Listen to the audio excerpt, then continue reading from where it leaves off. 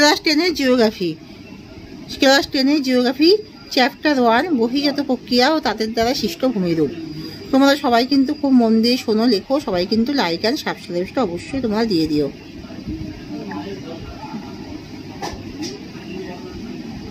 ক্ষয়সীমা ধারণার প্রবর্তক কে? ক্ষয়সীমা ধারণার প্রবর্তক হলেন পোয়েল। উৎস থেকে মোহনা পর্যন্ত নদী কয়টি প্রক্রিয়ায় ভূমিরূপের পরিবর্তন ঘটায়? 3টি। আমেরিকা যুক্তরাষ্ট্রের কলোরাডো নদীর গ্র্যান্ড ক্যানিয়নের গভীরতা কত? 1857 মিটার। কিউসেক হলো কি? Cubic foot. কিউসিক হলো কি? কিউবিক ফুট বা সেকেন্ড। কিউমেক হলো মিটার বা সেকেন্ড। গোয়ার মান্ডবী নদীর উপর ভারতে কোন বিখ্যাত জলপ্রপাত দেখা যায়? দুধসাগর জলপ্রপাত। কত সালে ইউএনএসসিও সুন্দরবনকে ওয়ার্ল্ড হেরিটেজ সাইটের অন্তর্ভুক্ত করে? 1987 সালে। বিখ্যাত ভূগোলবিদ অ্যালম্যান হিমবাহকে প্রধানত কয়টি ভাগে ভাগ করেছেন?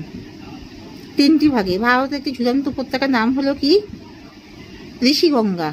বাস্কেট অফ এগ টপোগ্রাফি নামে পরিচিত ড্যামলিন। ইনশেলবাজ ক্ষয়প্রাপ্ত হয়ে গোলাকার মাথা বিশিষ্ট জীবিতে পরিণত হলে তাকে কি বলে? বোনহাট বলে। গভীর আবহবিকারের প্রভাবে বোনহাটগুলি প্রস্তর খণ্ডে পরিণত হলে তাকে কি বলে? Castle kopjes. The physics of blown sand and desert dunes গ্রন্থটির রচয়িতা কে? ব্যাগনন্ড।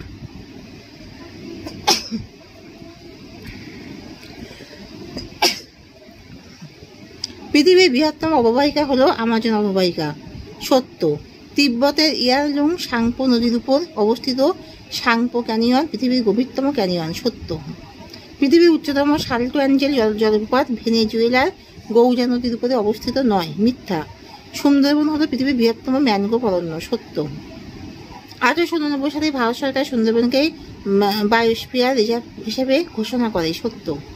2009 সালে সুন্দরবনে আইলা ঝড়ে মোট 400 কিলোমিটার বাঁধ ভেঙে বিস্তীর্ণ এলাকা প্লাবিত হয়। সত্য।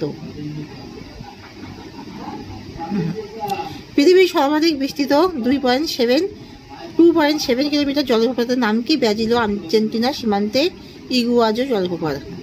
এশিয়া তথা ভারতের বৃহত্তম নদীদ্বীপের নাম কি? মাজুলি দ্বীপ। পৃথিবীর বৃহত্তম নদীদ্বীপের নাম কি? আমাজনের মোহনায় ইলহা দা মারাজো। হিমরেখার ঊর্ধ্বে প্রবাল শৈত্যের কারণে পেঁচাতুলোর ন্যায় যে তুষারপাত হয় তাকে কি বলে? নেভে। গ্রেট গ্রিন ওয়াল কোন মহাদেশে নির্মিত হয়েছে? আফ্রিকা মহাদেশে। নেভের উপর আরো তুষারপাত জনিত কারণে তুষারের দৃঢ়তা ঘনত্ব বাড়ে, একে কি বলে? ফা বলে। কেরালার মালাবার উপকূলের বালিয়াড়িকে স্থানীয় ভাষায় কি বলে? কেরিশ। দক্ষিণ আমেরিকায় পেরাগুলি সেলিনা, দক্ষিণ আফ্রিকা ও অস্ট্রেলিয়ার প্যান এবং আরব অঞ্চলে কি নামে পরিচিত? শট।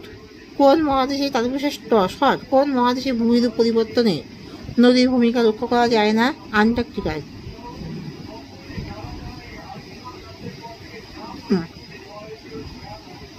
পশ্চিমবঙ্গের কোন জেলায় ক্ষয়সীমা রয়েছে? পূর্ব মেদিনীপুর জেলায়। দুটি শিব বালিয়াড়ির মধ্যবর্তী করিডরকে কি বলে? সাহারা মরুভূমি। তাহলে দুটি শিব বালিয়াড়ির মধ্যবর্তী করিডরকে সাহারা মরুভূমিতে কি বলে? সাহারা মরুভূমিকে গ্যাসি বলে। গয়াকা দন্তসহস্যী গাসি। গয়াকা দন্তসহস্যী গাসি বলে। গোলাকৃতির ইনশেলবাজকে কি বলে? বোনহাট। কেরল হ্রদের মধ্যে সঞ্চিত পলির স্তরকে কি বলে? ভাব। হিমবাহের সঞ্চয় কার্যের ফলে বহির্বিধৌত সমভূমির মাঝে সৃষ্টি হওয়া ভূমিরূপকে কি বলে? নব। বহির্বিধৌত সমভূমি নদীর দ্বারা বিচ্ছিন্ন হলে তাকে কি বলে? Valley train. বজাবেলাকা রায়সী ভ্যালি টয়াবেলাকা দন্তন। মরুভূমি অঞ্চলে সৃষ্ট লবণাক্ত হ্রদকে কি বলে? প্লায়া। প্লাবনভূমির দ্বীপে কোন প্রক্রিয়ার দ্বারা সৃষ্টি হয়? প্লাবনভূমির দ্বীপ আরোহণ প্রক্রিয়ার দ্বারা। নদীবাহিত শিলাখণ্ডের দ্বারা নদীখাতের ক্ষয়কে কি বলে? অবঘর্ষ ক্ষয়। বায়ুর দ্বারা শুষ্ক বালিকণা বহুদূরে বাহিত হয়ে সঞ্চিত হলে তাকে কি বলে? লব। তুষারপাতের ফলে বরফের ঘনত্ব দৃঢ়তা বৃদ্ধি পেলে তাকে কি বলে? লোয়েশ। বদ্বীপ সমভূমির কোথায় সৃষ্টি হয়ে থাকে? বদ্বীপ সমভূমি মোহনায়। সমুদ্র উপকূল সংলগ্ন আংশিক জলপূর্ণ গিরিখাতকে কি বলা হয়? ফিয়র্ড। পর্বতের গায়ে যে সীমারেখার উপরে সারা বছর বরফ জমে থাকে তাকে কি বলে? হিমরেখা, হিমবাহ থেকে নিঃসৃত জলস্রোতের মাধ্যমে হিমবাহ উপত্যকায় যে সমস্ত পলি সঞ্চিত হয় তাকে কি বলে? ভেন্টিফ্যাট।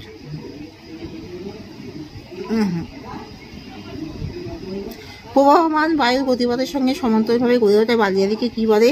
অনুদৈর্ঘ্য বালিয়াড়ি। বহির্জাতীয় প্রক্রিয়াকে কয়টি ভাগে ভাগ করা যায়? দুটি ভাগে। হিমবাহের ক্ষয় সঞ্চয় কার্যের ফলে প্রাপ্ত গ্যাপ রেখায় সৃষ্টি হওয়া ত্রিকোণাকার ভূমিকে কি বলে? পলল গাজনি। কঠিন শিলাযুক্ত অঞ্চলে কম ঢালযুক্ত ছোট ছোট জলপ্রপাতকে কি বলে? ক্যাটারজ্যাক্ট। হিমবাহের সামনের দিকে প্যাচিলের মতো শিলাস্তূপ সঞ্চিত হলে তাকে কি বলে? প্যাস্ট গ্যাপ রেখা। প্রাকৃতিক রাসায়নিক প্রক্রিয়ার মাধ্যমে ভূমিরূপে যে পরিবর্তন সাধিত হয় তাকে কি বলে? ভূমিরূপ গঠনকারী প্রক্রিয়া। কোন প্রক্রিয়ার মাধ্যমে ভূমিরূপের উচ্চতা বৃদ্ধি পেয়ে থাকে? আরোহণ প্রক্রিয়ার মাধ্যমে।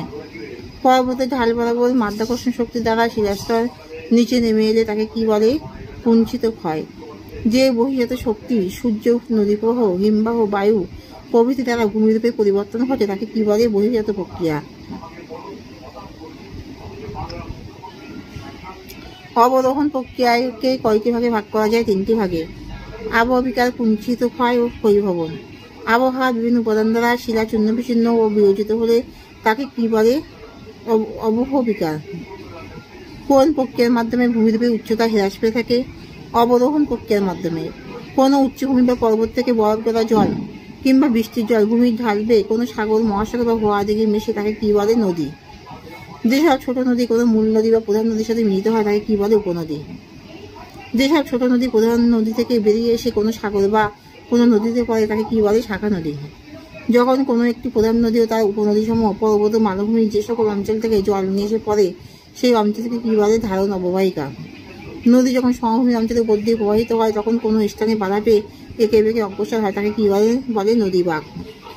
পাশাপাশি অবস্থিত নদী অববাহিকাকে যে উচ্চভূমি পৃথক আলাদা করে তাকে কি বলে? জলবিভাজিকা। সমান্তরাল ভূমিতে কঠিন শিলা দ্বারা গঠিত অবশিষ্ট পাহাড়গুলিকে কি বলে? মোনাজনক। কার্য অনুসারে নদী প্রবাহকে কয়টি ভাগে ভাগ করা যায়? তিনটি ভাগে। ক্ষয়, বহন ও সঞ্চয়। পার্বত অঞ্চলে গভীরতা সংকীর্ণ নদী উপত্যকাকে কি বলে? ক্যানিয়ন। পার্বত অঞ্চলের নদীর জলের দ্বারা বাড়িতে নদী বাড়ি পাথরের দ্বারা অবকর্ষ প্রক্রিয়ায় নদী খাতে খুঁড়তে খুঁড়তে যে গোলাকার গর্ত সৃষ্টি হয় তাকে কি বলে? মন্থকূপ। একই নদীতে অবস্থানরত ক্ষুদ্র ক্ষুদ্র জলপথকে কি বলে? কাসকেড। উঁচু পার্বত অঞ্চলে যে সীমারেখার ঊর্ধ্বে তুষার জমে থাকে কিংবা গলে যায় সেই সীমারেখাকে কি বলে? হিমরেখা।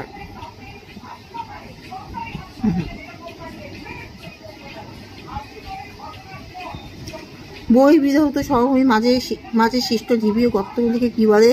নব ও কেটল। পৃথিবীর বৃহত্তম স্বাদু জলের উৎস কি? হিমবাহ। বহির্বিধৌত সমভূমি সৃষ্টি হয় কার ফলে? হিমবাহ জলধারার কার্যের ফলে। মরু অঞ্চলের শুষ্ক নদীখাতকে কি বলা হয়? ওয়াদি। মরু অঞ্চলের শুষ্ক নদীখাতকে বলা হয় ওয়াদি। মরু ও মরুপেরা অঞ্চলের লবণাক্ত জলের হ্রদকে কি বলে? পেরেয়া।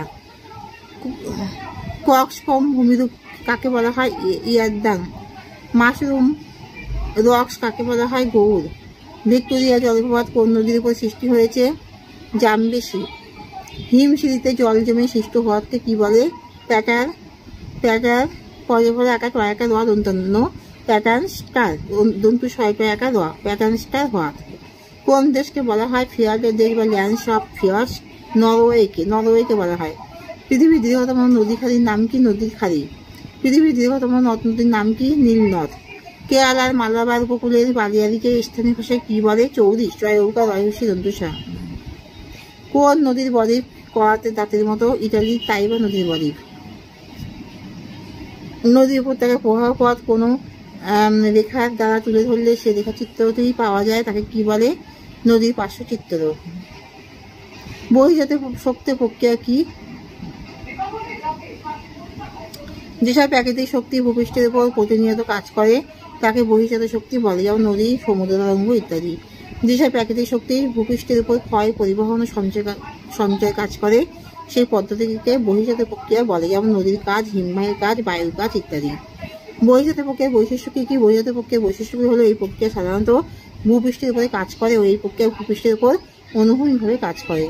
এই প্রক্রিয়ার প্রধান উৎস হলো নদী, হিমবাহ, উষ্ণতা, বৃষ্টিপাত ইত্যাদি। পর্যায়ন কাকে বলে? বিভিন্ন প্রাকৃতিক শক্তি যথা নদী, হিমবাহ, বায়ু, সমুদ্র তরঙ্গ প্রভৃতি দ্বারা ক্ষয়, পরিবহন ও সঞ্চয় কার্যের ফলে ভূপৃষ্ঠে যে সামঞ্জস্য বজায় রাখে তাকে পর্যায়ন বলে। অবরোহণ কাকে বলে? যেসব প্রাকৃতিক শক্তি যথা নদী, হিমবাহ, বায়ু ভূপৃষ্ঠের উঁচু স্থানগুলিকে ক্ষয় করে সমতল ভূমিতে পরিণত করে তাকে ক্ষয়সাধন বা অবরোহণ বলে। আরোহণ কাকে বলে? যেসব প্রাকৃতিক শক্তি দ্বারা নদী, হিমবাহ, বায়ু, সমুদ্র তরঙ্গ প্রভৃতি দ্বারা ভূপৃষ্ঠের নিচু স্থানগুলি সঞ্চয় প্রক্রিয়া ধীরে ধীরে বৃদ্ধি পায় তাকে সঞ্চয় সাধন বা আরোহণ বলে। আবহাওয়া বিকার কাকে বলে? আবহাওয়ার বিভিন্ন উপাদান যথা উষ্ণতা, আর্দ্রতা, বৃষ্টিপাত প্রভৃতি দ্বারা হয় বলে একে বিচূর্ণীভবন বলা হয়। ভূপৃষ্ঠের উপরে অবস্থিত শিলার বিয়োজনকে বলা হয় আবহাওয়া বিকার। শিলাকে চূর্ণ বিচূর্ণ যান্ত্রিক ও রাসায়নিক আবহাওয়া বিকার কি? আবহাওয়ার বিভিন্ন উপাদান দ্বারা শিলার বিয়োজন বা ভাঙনকে যান্ত্রিক আবহাওয়া বিকার বলা হয়। আবহাওয়ার বিভিন্ন উপাদান ছাড়া গ্যাসীয় উপাদান যথা কার্বন ডাই অক্সাইড প্রভৃতির দ্বারাও শিলার বিয়োজন বা ভাঙনকে রাসায়নিক আবহাওয়া বিকার বলা হয়। ক্ষয়ীভবন কাকে বলে? বিভিন্ন প্রাকৃতিক শক্তি দ্বারা উৎপত্তিস্থল থেকে অন্যত্র ক্ষয়িত পদার্থ পরিবাহিত হয়ে ভূপৃষ্ঠের উচ্চতা হ্রাস পেয়ে পায় এবং ক্ষয়ের শেষ সীমা এসে উপনীত হয় তাকে ক্ষয়ীভবন বলে। নগ্নীভবন কাকে বলে? বহিঃজাত প্রক্রিয়ার আবহাওয়া বিকার, কুঞ্চিত ক্ষয় ও ক্ষয়ীভবন পদ্ধতির যৌথ প্রক্রিয়ায় শিলাস্তর বিচ্ছিন্ন হয়ে ভূমির উচ্চতা ক্রমশ হ্রাস পায় তাকে নগ্নীভবন বলা হয়। জলচক্র কাকে বলে? পৃথিবীর বায়ুমণ্ডল, শিলামণ্ডল ও বায়ুমণ্ডলে প্রতিনিয়ত চক্রাকার কঠিন তরল ও গ্যাসীয় অবস্থার মধ্যে দিয়ে জলের ভারসাম্য বজায় রাখার ঘটনাকে জলচক্র বলা হয়। নদ নদী কি? স্বাভাবিক জলধারা অভিকর্ষ শক্তির টানে ভূমির ঢাল অনুসারে নিচের দিকে প্রবাহিত হয়ে কোনো জলাশয়ে মিশ্রিত হলে তাকে নদী বলে। যেসব জলধারা পুরুষ নামে ব্রহ্মপুত্র, নদ, গঙ্গা নদী পরিচিত তাদের নদ, আর যেসব জলধারা স্ত্রী নামে পরিচিত তাদের স্ত্রী বলা হয়। স্ত্রী নামে পরিচিত হয় তাদের নদী বলা হয়। যেসব জলধারা স্ত্রী নামে পরিচিত হয় তাদের নদী বলা হয়। নদী উপত্যকা, নদী অববাহিকা কাকে বলে? নদীর উৎস থেকে মোহনা পর্যন্ত গতিপথের দুপাশের দীর্ঘ ও সংকীর্ণ নিম্নভূমির মাঝে বরাবর যে জলধারা প্রবাহিত হয় তাকে নদী উপত্যকা বলে। আর প্রধান নদী ও তার উপনদী ও শাখা প্রশাখা নিয়ে যে অঞ্চলের উপর দিয়ে বয়ে যায় সেই অঞ্চলকে ওই নদীর অববাহিকা বলা হয়। ধারণ অববাহিকা কাকে বলে? যখন কোনো একটি নদী ও তার উপনদী সমূহ পর্বত মালভূমি যে সকল অঞ্চল থেকে জল নিয়ে এসে প্রভাবিত হয় অর্থাৎ অসংখ্য উপনদী সহ প্রধান নদীর অববাহিকাকে ধারণ অববাহিকা বলা হয়। আদর্শ নদী কাকে বলে? যে নদীর গতিপথে উচ্চগতি, মধ্যগতি, নিম্নগতি তিনটি ধারায় স্পষ্টভাবে লক্ষ্য করা যায় তাকে আদর্শ নদী বলা হয়, যেমন গঙ্গা, সিন্ধু, নীল, আমাজন, মিসিসিপি। ক্যানিয়ন কাকে বলে? শুষ্ক মরু অঞ্চলে বৃষ্টিপাতের অভাবে পার্শ্বক্ষয় একেবারে হয় না বললেই চলে। এই অঞ্চলে আয় আকৃতির নদী উপত্যকা অত্যন্ত গভীর ও সংকীর্ণ নলের মতো আকৃতি বিশিষ্ট হয়। এই ভূমিরূপকে ক্যানিয়ন বলে, যেমন গ্র্যান্ড ক্যানিয়ন।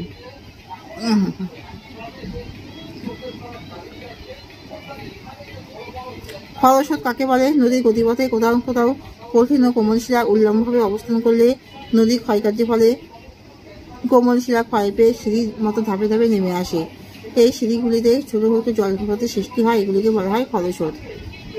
প্রপাতকূপ কাকে বলে? জলপ্রপাতের পাদদেশে প্রবাল জলস্রোত ও প্রস্তরখণ্ডের আঘাতে বুদবুদ ক্ষয়ের মাধ্যমে যে কূপের মতো গর্তের সৃষ্টি হয় তাকে প্রপাতকূপ বা প্যাপুল বলে। খাড়ি বা বদ্বীপ কাকে বলে? নদীর নিম্নগতিতে বদ্বীপহীন প্রশস্ত নদী মোহনাকে খাড়ি বলে। নদীর নিম্নগতিতে বদ্বীপহীন প্রশস্ত নদী মোহনাকে খাড়ি বলে। নদী বাহিত বিভিন্ন পদার্থ মোহনায় সঞ্চিত হয়ে মাত্রাহীন পয়ের মতো যে ভূমিরূপ গঠিত হয় তাকে বদ্বীপ বলে। কেবাসে বাঘমুন কি প্রভাব পড়ে? হিমবাহের গায়ে সংকোচন পোষণের ফলে যে ফাটলের সৃষ্টি হয় তাকে কেবাস বলে। পর্বতগাত্রে জমে থাকা বরফ স্তূপ ও পার্বত্য হিমবাহের মধ্যে যে সংকীর্ণ গভীর ফাটল সৃষ্টি হয় তাকে জার্মান ভাষায় বাঘমুন্ড বলে। ঝুলন্ত উপত্যকা কি? প্রধান নদী ছোট ছোট উপনদী এসে যেমন মিলিত হয় ঠিক সেই রকম প্রধান হিমবাহের সাথে ছোট ছোট হিমবাহ মিলিত হতে থাকে। প্রধান হিমবাহ বৃহৎ হওয়ায় তার উপত্যকা ক্ষুদ্রাকার হিমবাহের উপত্যকা অপেক্ষা অধিক গভীর হয়। পরে এই উপত্যকায় সরে গেলে ক্ষুদ্রাকার উপত্যকায় হিমবাহ থেকে মনে হয় যেন প্রধান হিমবাহের উপর ঝুলছে। এই উপত্যকাকে ঝুলন্ত উপত্যকা বলা হয়।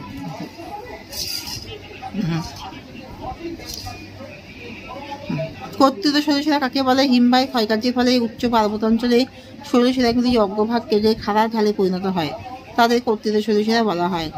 হিমদনিকি পার্বত্য অঞ্চলে উৎপাটন ও অবঘর্ষণের প্রভাবে হিমবাহ উপত্যকার তলদেশ অত্যন্ত প্রশস্ত হয় এবং পার্শ্বদেশ মসৃণ এবং খাড়া ঢালযুক্ত হয়, একে হিমনদী বলে। হিমবাহ কি? পর্বতগাত্রে তুষার জমে বিশালাকৃতি বরফের স্তূপ যখন বিস্তীর্ণ এলাকা জুড়ে অবস্থান করে এবং মাধ্যাকর্ষণ শক্তি টানে ধীরে ধীরে নিচের দিকে নেমে আসে, তাকে হিমবাহ বলা হয়। ফিয়াট কি? বিশেষত সমুদ্র তীরবর্তী অঞ্চলে হিমবাহ তার উপত্যকাগুলিতে এত গভীরভাবে ক্ষয় করে যে সেগুলি সমুদ্রপৃষ্ঠ থেকে নিচু হয়ে যায় এবং বরফ মুক্ত হলে পরে সমুদ্র জলে ডুবে যায়। হিমবাহ দ্বারা সৃষ্ট কিন্তু সমুদ্রে জলপূর্ণ এই উপত্যকাকে ফিয়াট বলা হয়। অগভীর ও স্বল্পদৈর্ঘ্যের ফিয়াটকে ফিয়াট বলে। এসকারোকেম কাকে বলে? হিমবাহের তলদেশে নুড়ি, পাথর, বালি, কাদা প্রভৃতি জমা হয়ে গঠিত আঁকাবাঁকা সংকীর্ণ সরু শিলাকে বলা হয় এসকার। হিমবাহ বাড়িতে নুড়ি, বালি, কাদা প্রভৃতি জমা হয়েছে ত্রিকোণাকার দ্বীপের ন্যায় ভূমিরূপ গঠন করে, তাকে কেম বলে। নদীর ক্ষয়সীমা কাকে বলে? সমুদ্র জলের উচ্চসীমাকে সমুদ্রতল হিসেবে ধরা হয়। সমুদ্রে পতিত নদী সর্বদা এই সমুদ্রতলের সঙ্গে সমতা বজায় রেখে ক্ষয়কার্য করে থাকে। নদী যে উচ্চতার নিচে আর নিম্ন ক্ষয় করে না, তাকে নদীর ক্ষয়ের শেষ সীমা বলে। স্বাভাবিক বাঁধ কাকে বলে? নদীর সমভূমি প্রবাহে বন্যার ফলে কোনো কোনো অঞ্চলে নদীর তীর বরাবর নুড়ি, বালি, কাদা প্রভৃতি জমা হয়ে যে উঁচু বাঁধের সৃষ্টি হয়, তাকে স্বাভাবিক বাঁধ বলে। গ্যাপ রেখা কাকে বলে? উচ্চ পার্বত্যাঞ্চল থেকে হিমবাহ নুড়ি, বালি, কাকর, কাদা প্রভৃতি সহ স্তূপাকারে নিচের দিকে এগিয়ে চলে, এই শিলাস্তূপকে বলা হয় গ্যাপ রেখা। কেটল এবং কেটল হ্রদ কাকে বলে? বহির্বিধৌত সমভূমিতে অনেক সময় বরফের টুকরো থেকে যায়, পরবর্তীতে সেই বরফের টুকরোগুলি গলে গেলে অঞ্চলটি গর্তরূপে অবস্থান করে, এই জাতীয় গর্তকে কেটল হ্রদ বলা হয়। আবার কেটলগুলি জলপূর্ণ হয়েছে হ্রদের সৃষ্টি করে, তাকে বলা হয়, এই জাতীয় গর্তকে কেটল হ্রদ বলা হয়, কেটল বলা হয়। আর এই কেটলগুলি এই জাতীয় গর্তকে কেটল বলা হয়, এই জাতীয় গর্তকে কেটল বলা হয়। কেটলগুলি জলপূর্ণ হয়ে যে হ্রদের সৃষ্টি করে, তাকে বলা হয় কেটল হ্রদ। এই দুটি হিমবাহের ঘর্ষণের ফলে সৃষ্টি হওয়া পাশাপাশি দুটি সারাকের মাঝখানে যে